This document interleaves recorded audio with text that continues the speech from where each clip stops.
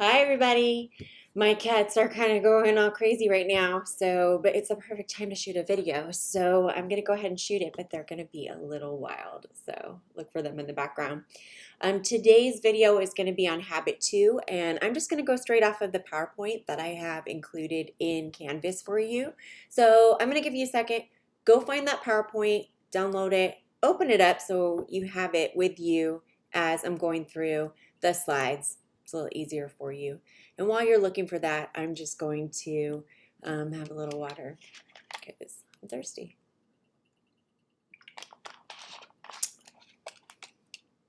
All right, so hopefully you're back now and you're ready to go through habit 2. So what I really hope you have already done before we get to this lecture is I hope that you've gone over the stuff on goal setting for this week, because there's a discussion in which you'll be playing graduation ring toss, or in your case, graduation paper toss. And I did include a video of what we do in class where we actually throw rings for ring toss, but I thought for the home thing it would be a little easier and more fair because I am having it as a competition, so the winner's going to get 20 points of extra credit. So whoever does the best at the paper toss part will win that extra credit. So I thought the paper toss would be a little more fair for everybody because everyone's got paper and everybody's got a container they could throw it into. So it works out pretty good. So you got to do that first. And the reason why I want you to do that first is because it helps you get a better visualization of what it's actually like to set goals and to achieve those goals. And so the paper toss is kind of a representation of that goal setting and how that plays out. So you might set a goal and be like, okay, I'm going to go to the 15-foot mark and I'm going to make it into the basket. And then you try and you're like, that was a lot harder than I thought it was going to be. Maybe I should move up a little bit to make it a little easier. So I'm going to move up to the 9-pointer. Let me try it again. Let me throw it. That was also quite difficult. So I think I'm going to move up a little more. Now I'm at the 6-point marker, 6 feet away. Try that. That's also difficult. So why not just move all the way up to the 3-pointer and try that, because 3 points is better than 0. And maybe if I can get some 3-pointers, I'll be doing well. Okay, so I'm going to try from 3 points. Still hard, but a little easier and maybe more likely that I'm going to make it. So maybe I'll just stick it here at the 3-pointer. A lot of people are afraid to just stay at that 3-pointer because they're wondering what other people are doing. You can't necessarily see what everybody else is doing. And maybe there's someone out there that's making it from the 6-pointer every time. Maybe there's someone that's making it from the 9-pointer, but ultimately it's about what you can do. And so you have to work with your skills and your abilities when you're trying to do things. And so if it's graduation paper toss, then if you suck at throwing stuff, then you're probably gonna have to move up to that 3-pointer. No big deal, because some progress is better than no progress. And I guess that's what this is about. It's about making progress on goals and what that actually looks like. So let's look at habit 2. Habit 2 means to begin with the end in mind. And so I want you to think about your strategy. Like, what was your strategy as you were deciding which, marker to throw your paper balls from? Were you kind of like, maybe I should start with this 9-pointer? Or were you like, no, I suck at this. I better move up to the 3-pointer from the beginning because I know that I'm just not very good at throwing things into baskets. So however you decided to make a plan about how you're going to do things, it doesn't matter what plan you made, because once you start actually throwing and seeing the difficulty level and seeing how you're doing, you're going to have to adjust that plan. Okay? So goal setting's like that. So you start by doing, throwing, and maybe you had a plan going in, but that plan is quickly going to be revised based off of how things actually are. So no matter how good a plan you think you have for your future right now, I'm going to tell you that you don't know everything that you need to know in order to get to the future you're looking for right now. So you don't have the knowledge, because part of the knowledge of achieving a goal is the experience of trying to achieve the goal. And part of it is failing. So if you get up to that three-pointer, you throw it and you miss, and you're like, how could I miss that? It's so close. Well, we all have to start somewhere. We're not going to be experts at everything just because we decide we want to be. You have to put in time and effort in order to win some and lose some and learn some in order to get to where you want to be in your future. You may have even chosen the wrong goal completely. So you might think, hey, right now the goals I've set for myself, they're perfect. But then later on find out, wow, maybe this isn't as perfect as I thought it was. Maybe I need to adjust. So remember that goals, no matter what goal you create, it's good to create one because you need a plan going in. You need a strategy. So your goals are your strategy to help you reach whatever it is that you are reaching for. But because like any strategy, no strategy is perfect, you have to adjust as the game continues. So let me give you a basketball example. All right, so let's say that you are playing on a basketball team and your team is favored to win and everybody thinks that you're going to win and you think you're going to win and you get out there and you start playing the game, but the other team is having a particularly good day and they happen to pick up a couple of players since the last time you played them that are actually pretty good. And so even though you beat the crap out of them last time, this time it's not going quite as smoothly as you thought. So what do you have to do? Well, your coach is going to be looking at the situation and going, whoa, this team is not the same team that we played last time. We are going to have to adjust. I'm going to move my best players to these positions. I'm going to take out my crappy players right now and put in the best players that I have so we can actually win this game. I might even change my strategy a little bit and have my players do this instead of what they were doing before. Because as we're playing this game, I'm noticing that my plan isn't working. I got to adjust. And so that's what you got to do as you're going through your life. You do need to begin with the end in mind by creating a goal to get to where you would like to be. But you do have to revise that plan if it's necessary along the way, because like I said, no matter what plan you have at the beginning, things change as you're going through. So maybe something that worked for someone 10 years ago might not work for someone now because the laws have changed or something like that. So if you're basing your plan off of someone's plan from 10 years ago, it might not be a viable plan for now. And even like I know with goals, like I had a goal that I wanted to get my PhD. And so when I started my PhD, I thought I knew everything there was to know about school and what I was going to encounter on my journey. Turns out I didn't know enough. And I had to really change how I approached school and how I did school in order to be successful, because graduate school had a lot more work than undergraduate work. So I was having to read sometimes 1,000 pages per class per night. And so I was taking like 4 classes and I would have 4,000 pages of reading each night, not over the week, each night. So the way I approached my assignments and readings and everything else had to change because the way that I was doing things before was not going to be enough for the graduate level that I was now at.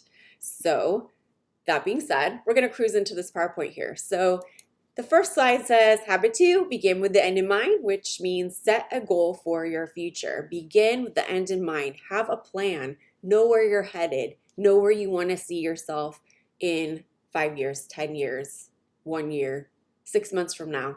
Just have a plan, okay?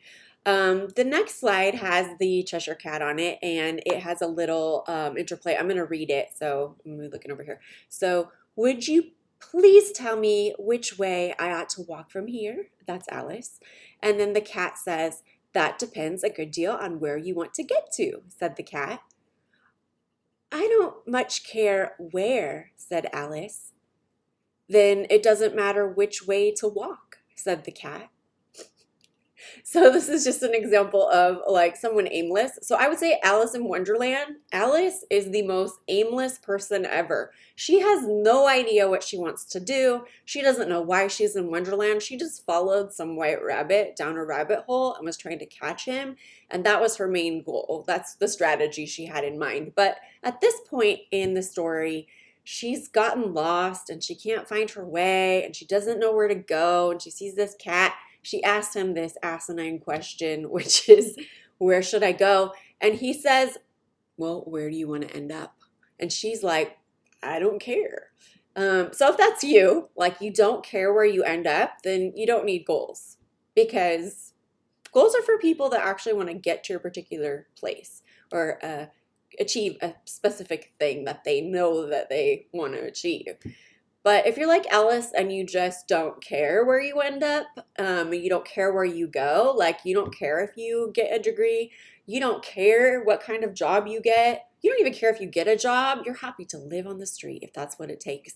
If you're an Alice, then you do not need goal setting. All right.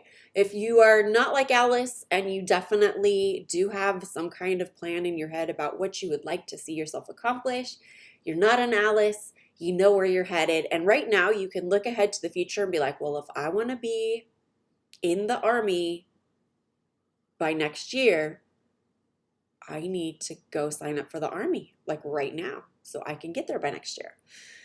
If I want to get a degree, and I'm looking at, how long it's taking me and everything, and I'm realistically going, okay, within the next 6 years, I would like to get my bachelor's degree in business, maybe. But that's not for sure, but I think business. That's better than nothing. Even if you don't know what particular major you want to major in, the fact that you know that you want to graduate from college and get a degree is something, and it's amazing, and that's a goal, and that's something that you can work towards, and you can ask yourself right now, am I in the position that I need to be in to achieve that goal in 6 years?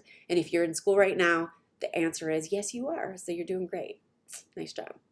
All right, so next slide we have is this slide that's like the crossroads of life. It has a 2 street signs that are like this, and one says Destiny Way, and the other one is Inspiration Drive. And it says, once you choose one direction, you might not be able to go back and choose the other. So choose carefully. And today I was actually reading this poem. Gosh, who is it by? I can't think of the name of the author, for God's sake.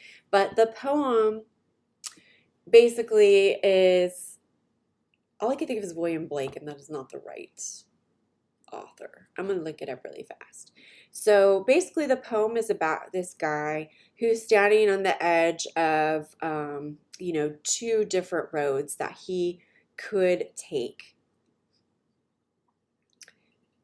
And he doesn't know which path to go on, because he knows that if he goes down one path, he's probably not going to get to go on the other one too, even though he's like, well, I'm saving it for another day, but I'm probably not going to make it back to this exact situation again where I'm here with these 2 paths. So I have to choose one. And the author is Robert Frost. I don't know why I couldn't think of that. And the poem is called The Road Not Taken. And I kind of feel like maybe I could read it to you. It goes, 2 roads diverged in a yellow wood, and sorry I could not travel both. And be one traveler long I stood, and looked down one as far as I could to where it bent in the undergrowth. Then took the other as just as fair, and having perhaps the better claim, because it was grassy and wanted wear, though as for that the passing there had worn them really about the same. And both that morning equally lay, in leaves no step had trodden black. Oh, I kept the first for another day, yet knowing how way leads on to way, I doubted if I should ever come back. I shall be telling this with a sigh. Somewhere ages and ages hence, 2 roads diverged in a wood, and I took the one less traveled by, and that has made all the difference. Ooh, that was deeper than I thought. So that poem is basically about how you don't necessarily have to take the same road as everybody else. You can take whatever road you want. And for Robert Frost, I guess the path he took, which is as a poet and a writer, was a road that was not the easiest road that everybody took. And he kind of took that road because it looked better on that particular day. And so he took it. And that's the thing about the crossroads of life, is that everybody has to make their individual choice about which path they want to take when they reach a certain kind of decision where, you're probably not going to get a redo. So for example, let's say you make it to your associate's degree here at Chafee. You apply to 2 awesome colleges. Let's say you get into UCLA and you also get into USC. And both are really good schools. They're rival schools. And you could choose to go to either one, but if you choose to go to UCLA, you're probably not going to get a chance to go back and go to USC and vice versa. So you have to make a decision, and it has to be based off of what you really want for yourself. There's no right or wrong choices when it comes to decisions, and just so you know. And Oprah said this, and if Oprah said it, then it must be true. She said, there are no wrong decisions. It's only what you want. So make sure you choose carefully and you choose wisely. But you know what's there to help us make our choices? And that's our next slide here, is our values. So our values or our principles, and we've gone over that and you have written down some, I'm sure. These are what are helpful in making those really tough decisions, because you can weigh it out and be like, okay, is UCLA more in line with my values, or is USC more in line with my values? Let me weigh those things out and see which college best fits the values that I have for myself. And that helps make decisions a little bit easier. But you can't wait until it's decision-making time to choose values. You want to make sure you know what your values are before, because sometimes if you have a decision to make, like you're like, I'm deciding, if you choose your values at that point, the decision itself may affect which values you choose. So it's good to know what your values are. Write those down. If you haven't already done that, do it now. All right, let's move on to our next slide, which is create a personal mission statement. Now, let me explain what a mission statement is, and then I'm going to talk about a little bit about the mission statement that you're going to be creating for this class. So a personal mission statement is a personal motto or credo that describes your life and what you are doing in your life. It can describe goals like for the future, but it's more like, what's your mission now? So my mission, and I actually I think I'm going to read my mission to you. Give me 1 second. I'm going to grab it, okay? Hey, kitty.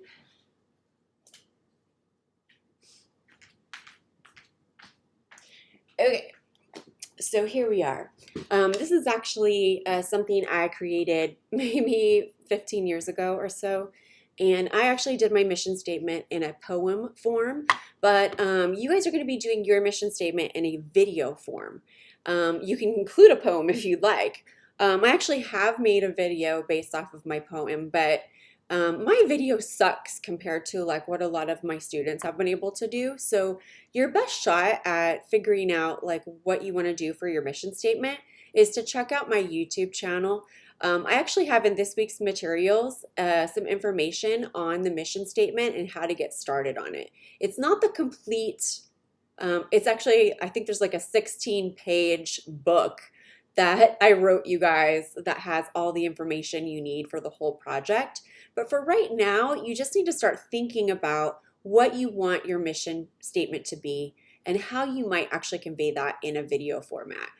You don't need to do anything more than that. And so part of that is maybe looking at some examples. And so I actually included my YouTube channel that is dedicated to mission statement videos. So I actually have one YouTube channel that I use to post these video lectures.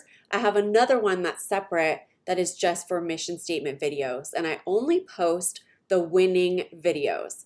The winners for the mission statement video get extra credit points. So the winner gets 100 extra credit points. Second place gets 75. Third place gets 50. And then I do 2 honorable mentions usually, and those actually get 25 points of extra credit. And so that's just if you do a good video. You actually have a judge that judges the videos. I grade them, but I have someone else judge them because I don't feel like it's fair for me to judge them because I'm kind of biased because I already know you guys. And so my past history with you may influence how I feel about your video, and that might lead to favoritism or something like that. So I try to keep it really fair. So I do have someone who's going to be reviewing your videos, although I'm not sure which of my judges it's going to be. I have a usual judge that I use, and then I have a backup judge just in case she's busy. So I haven't reached out to either of them yet for this semester, so we will find out soon enough who's going to be judging. So let me share my mission with you, okay? So change is going to come. I will be ready. People are going to need me. I will be ready. I will never stop. I will never give up. Not until I get to where I'm going. I am strong. I am passionate, and I am myself. Happiness is everywhere, all around me. I will choose to see what is beautiful. I will keep my commitment to myself. I will choose to be happy and to see the beauty of nature. If I ever find myself straying from my plans, I will stop. I will regain my composure. I will redirect myself until I am back on the right path. I can do this. I know I can. So part of my mission is helping others. But part of my mission is also making sure that I'm good so that way I can reach out and help other people. Because if I'm a mess, I can't help everybody else. All right? So I want you to start thinking about what you want from your mission statement and take a look at the examples because there's so many wonderful examples of good mission statement videos. And I think I have a couple examples that are included in this week's stuff that you can take a look at too. All right, so there are 3 things that you need to watch out for when you're creating your own goals, okay? So the first one is negative labels. And there's always going to be somebody that has something negative to say about your goals and dreams. And unfortunately, sometimes it's the people closest to us who have the most opinions about what we're planning to do. So, and I would say like my parents didn't agree with what I wanted to do either. And my mom was pretty supportive, but my dad really doesn't like psychologists at all. And he was kind of against me going to grad school and becoming a psychologist in the first place. But it was something I really wanted to do, so I went ahead and pursued it anyway, even though he didn't necessarily approve. But I'm going to say this, like, there's always going to be someone that's going to be negative and bring you down and try to make you feel like your goals are not good enough or you're not good enough or you're dumb for pursuing them. Do not listen to those people. You know, I would say hear them out, listen to what they have to say, weigh their advice, and then decide whether it's legit or whether it fits in with what you're doing or not. Sometimes people who are trying to help us do have legitimate concerns that we should be, taking a look at. But if someone's just kind of feeling negative about something because that's just how they feel, or they feel like you can't do it because you're not good enough or something like that, that's a whole other story. So be careful of people who are putting negative labels on your goals and dreams, okay? The second one is the "it's all over" syndrome, in quotes, okay? So I saw this a lot when I worked as a drug counselor. So I used to work as a drug counselor at this place called Matrix Institute. This was a while back, like maybe 10, 12 years ago. And one thing that I noticed is that drug addicts, when they screw up and accidentally go use, a lot of them have this "it's all over" syndrome. So they'll like accidentally end up smoking some pot or something, and they're like a crack addict, and they'll say, well, I already screwed up and messed up my whole life, so I know I just smoked some pot, but F it, I'm gonna go smoke some crack now. And then 3 years later they're still out using crack because they made an excuse to do that by using the "it's all over" syndrome. Or if I'm on a diet and I'm like, I'm not going to eat anything bad for me, no dessert, blah, blah, blah, blah.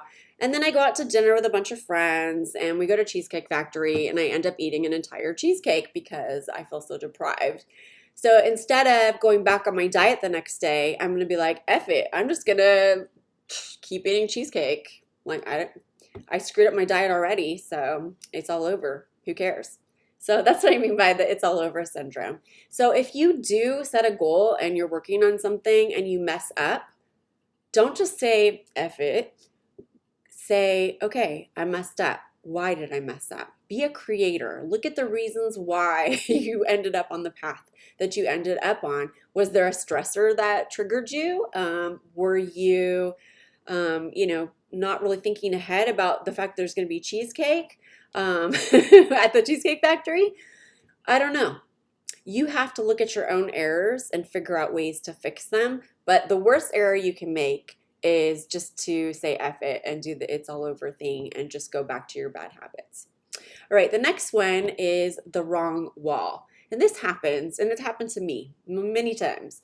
So you're on a path, you're working on a goal, and everything seems to be going smoothly. You're headed towards it, you're going to reach it soon, and you realize, I don't want this anymore. It's not what I thought it was going to be like. I wish I could just stop. Sometimes we feel like we have to keep going and keep pushing ourselves because we've already come all this way. And maybe that is the right choice for some of us sometimes, like even if we don't feel like finishing. So for me, like I realized I didn't want to be a therapist when I was doing an internship and I was working with kids. And I had to call CPS, which is Child Protective Services, on this particular family. They had CPS called a few other times, but basically this mom had brought her 3 kids in to get help because they were all wetting the bed and they all had these issues and whatever, and we were trying to help them. Turns out her boyfriend was sexually molesting all 3 of her kids, and she didn't know that, but she had come to us for help. But there had been other issues where they had called CPS out there because she wasn't cleaning her house properly. There was a dog that was pooing everywhere and she wasn't cleaning it up. And I mean, just little things like that. And so then when I finally did call in about the boyfriend molesting my client, who was a 10-year-old boy, they pulled the children from that home and gave the kids to their father. Their father was someone that the children had never met before. Like they didn't know him. And watching kids get taken out of the home that they're used to being in and put in a home that they've never met that parent before, for me, that was pretty traumatic. That's a traumatic experience for a kid to have to go through. And I felt like I was responsible for that because by law, I had to report that. I couldn't just be like, oh, let's overlook that. And of course, like I don't want the kids to stay in that house. But at the same time, it's like, couldn't we have just removed the boyfriend from the house and not the children? I don't know. But it seems like the system is a little messed up and it's a little broken, and I just didn't want to be involved with that. But I had already spent all this money and time on becoming a therapist, and I wanted to finish my education and get my PhD, even though it wasn't necessarily what I wanted. So that's what I mean by the wrong wall. So I was like, okay, at that point, maybe there's other stuff I can do with my PhD that isn't therapy. And there are things I could do, like teaching, which I'm doing. And then now I'm a writer, which is a little different. And I guess I didn't need my PhD for that, but it's kind of nice to have it. It certainly helps. So if you do come across a goal where you start to feel like maybe this isn't the right thing for you, it's okay to decide you don't want to do it anymore. I felt like I had to finish my PhD because I put so much money and time and effort into it, and I'm glad I did do that. But I knew at that point that I was not going to become a therapist, and that was weird for me because that's kind of what I always thought I wanted to do. But it's funny how things change and how when you get more information, you get to the actual place where you get a fuller picture of what it's actually going to be like. Maybe it's not the right decision for you, and that's okay. So that's why it's okay to change your mind. You don't have to force yourself to do something that you don't want to do. So you just create new goals and you work towards those goals instead, and that's pretty much all it is. All right, so there's a next slide is the keys to success. And let me go over the keys to success. And these are keys to success in goal setting. So when you're setting goals, these are things that are helpful. So the first slide for the keys to success is you need to count the cost. So we need to count the cost, weigh the costs and benefits of our goals before committing to them, and make goals that are smaller and more reasonable or bite-sized. So maybe my long-term goal is I do want to get my PhD, but my short-term goal is to finish the class that I'm taking with a particular grade, or to learn the material from my class with so I can earn a particular grade. I think it's important to when you take on a new goal to understand how much time it's actually going to take out of your life. So for example, if let's say you're setting a fitness goal, like I want to run 2 miles a day or something like that. I think that kind of goal, like if you're actually going to set a fitness goal, that you shouldn't set it for every day because every body needs rest. So if you're aiming to exercise every single day, you're kind of setting yourself up for failure. And that's what I mean by counting the cost, is if you were to push yourself to exercise every single day, you would either end up sick or injured because every body needs that break. Even professional athletes take at least one day off a week to rest and recover because their muscles need that recovery. And so if you're actually looking at how long is it going to take me to achieve this goal, well, that depends on where you're at now. So if you're already running 1 mile a day, then running that extra mile probably isn't going to be too hard for you. You should be able to work up to that within a few weeks. But let's say you are like, I want to learn to do yoga as part of my fitness goal. That might take you a little longer because yoga is actually kind of difficult and you got to find a class. And like right now, that's pretty tough. So you're going to be just working on YouTube, but you can figure it out. So when you're setting goals, you do need to think about all the things that go into carrying out that goal and what that's actually going to look like in terms of time. Because you may not have time right now to add another goal on top of the stuff that you're already trying to do. And if you're trying to do too many things at once, you're going to do a poor job at all of them. So it's better to concentrate on one goal and, I guess, achieve it than to try to focus on 10 goals and not achieve any of them because you're spread too thin across so many different goals. It's kind of like this. Like I told you, I've been like, working on makeup and learning makeup and everything.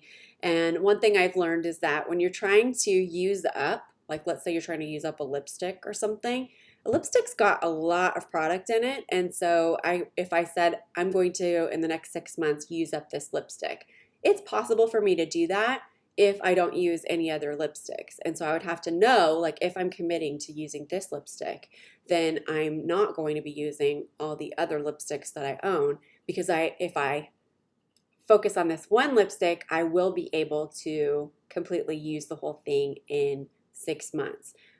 But if I use other lipsticks and start working those in too, the chances of me achieving the goal of using this one lipstick is probably not going, it's going to go down. I'm not going to be able to do it. So that's a good example of, you have to focus in on what do you really want to accomplish first. Focus on that and put your energy into that goal. When you get to the point where you've accomplished that one, then you can start looking at other goals that you want to accomplish. Yes, you can work on more than one goal at a time, but I would say you have to look at the different areas of your life and go, okay, maybe you should just have like one goal that you're working on or 2 goals that you're working on in each area. So you should have a couple of school or educational goals that you would like to see yourself achieve and work on those. And they have to just be achievable in the time that you have set for them. And then have maybe some personal goals and then maybe some relationship goals, things like that. I don't know. It gets kind of tough. The more goals you have that you're working on at once, the harder it is to focus on any of them. So choose your goals carefully. Okay, the next one we have is put it in pen. So if you really want to achieve something, write it down. And if you want to achieve something and you're like, I kind of like this idea. One of my students, she said, I wasn't really like super into goal setting, but I bought this like whiteboard. And you guys have seen me with my whiteboard, so you know I have one. I like to write my goals on my whiteboard just to remind me every day what I'm trying to achieve. So my student actually wrote down, she had 3 goals, and one of them was to pass her classes with B or above in every class, so that would be an A. So 3 classes, an A in each class. She had a work goal, which she wanted to get promoted to manager. And then she had, I guess, another goal, but I don't remember what it was. So she was able to achieve all of the goals she set for herself. And she said it was just seeing it every single day above her bed, which is where she hung that whiteboard up. And that really helped her. So maybe that might help you, which is why I'm sharing it with you now. So writing it down, seeing it in pen makes it 10 times more likely for you to actually achieve that specific goal. So write it down. Write it down. All right, number 3 Key number 3 is just do it. So this is be a creator. Okay, so just do it. Don't say, I'll try. Say, I will. This is like the Nike thing. It's like you don't go try, you go do. Once you're really committed fully to a goal, you're more likely to actually achieve that goal. But you have to really commit 100%. And I think that's what this just do it number 3 is supposed to be, is you really committing to it. Don't just talk about what you're going to do it.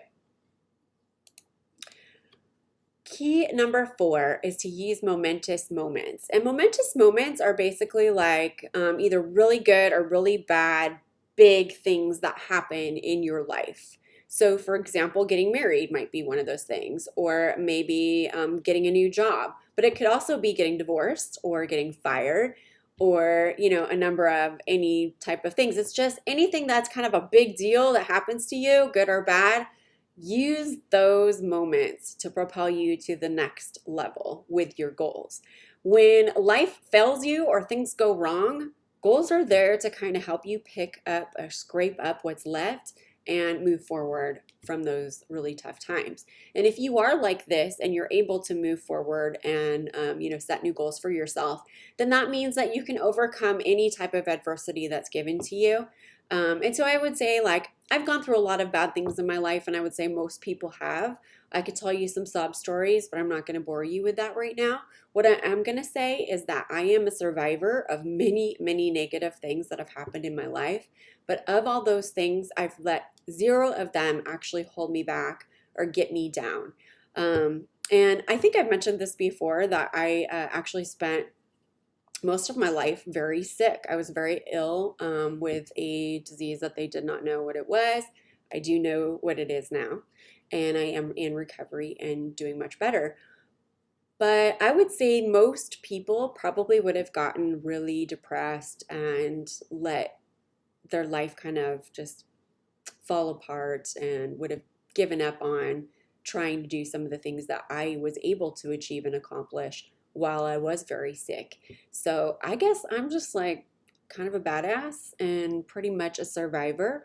And so I want you guys to be badasses and also survivors as well, because life is not easy. I don't care what anybody says. Everybody has adversity and everybody has difficulties that they need to overcome. And you guys, just like me, are able to overcome those things with a positive mindset and by really using those negative things that happen to us, using those emotions to propel us forward. So instead of being like, oh my God, my husband left me. Oh, I'm going to just collapse and die. No, my husband left me. Okay, fine. That's cool. I'm going to go out and I'm going to make the best life for myself that I possibly can as a single woman, which is what I've done. And now I have a fantastic boyfriend, and all kinds of wonderful things have happened to me as a result of this really negative thing that was supposed to be horrible for me. Turned out to be actually a really great stepping stone to a bunch of really wonderful things that are now happening to me that I have complete control over, because I don't have to worry about someone else anymore. So there's always a silver lining. There's always good things that are going to come from negative things if you have the right mindset. And you will, because you're watching this. All right, so key number 5 is to rope up. And that means, okay, this is actually like a climbing, like rock climbing example. So roping up means you're literally roped to somebody else, like you're tied together. Now, I've never been rock climbing, so I'm going to have to just say, like, I get it on a conceptual level, but not on a reality level. Like, I have no desire to climb rocks, but some of you guys do, which I know already because I've read your journals and stuff. So for you rock climbers out there, if you are to fall, like let's say you're rock climbing and you fall, if you're roped up to this other person, then their body weight and everything is going to catch you and keep you from falling to your death. So it's really serious because you could die rock climbing, right? I guess Sean Covey in this example, he's saying metaphorically if you rope up with other people, meaning like you make connections with others, you build a support system. So you're roped up to not just one other person, but lots of other people. When you fall or something bad happens to you, those people are going to be there to catch you. And you're going to have that support system that you need to get through the difficult times that are in your life. And so I have to agree on this one with this book, that the more ropes you have out there, the better, because it's more likely that someone is going to be there to save you. But I've also noticed this too. Like sometimes the people that you rope up to, those aren't the people that are there saving you when you really need it. Sometimes it's other people that you haven't even met yet that have your back. And that's why it's important to give back, So like when you're doing good, maybe look around and see if there's someone else struggling. Help pull them up, to where you are.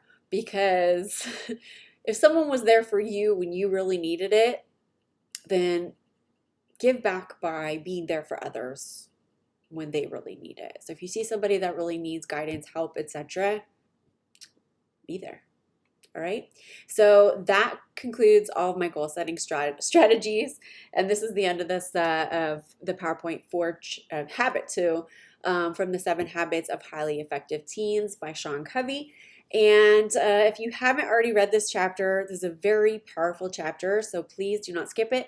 Go read it and go do your best with setting your goals and, of course, revising your goals if you happen to have set goals that are no longer working. All right, guys, have a good rest of the day. Bye.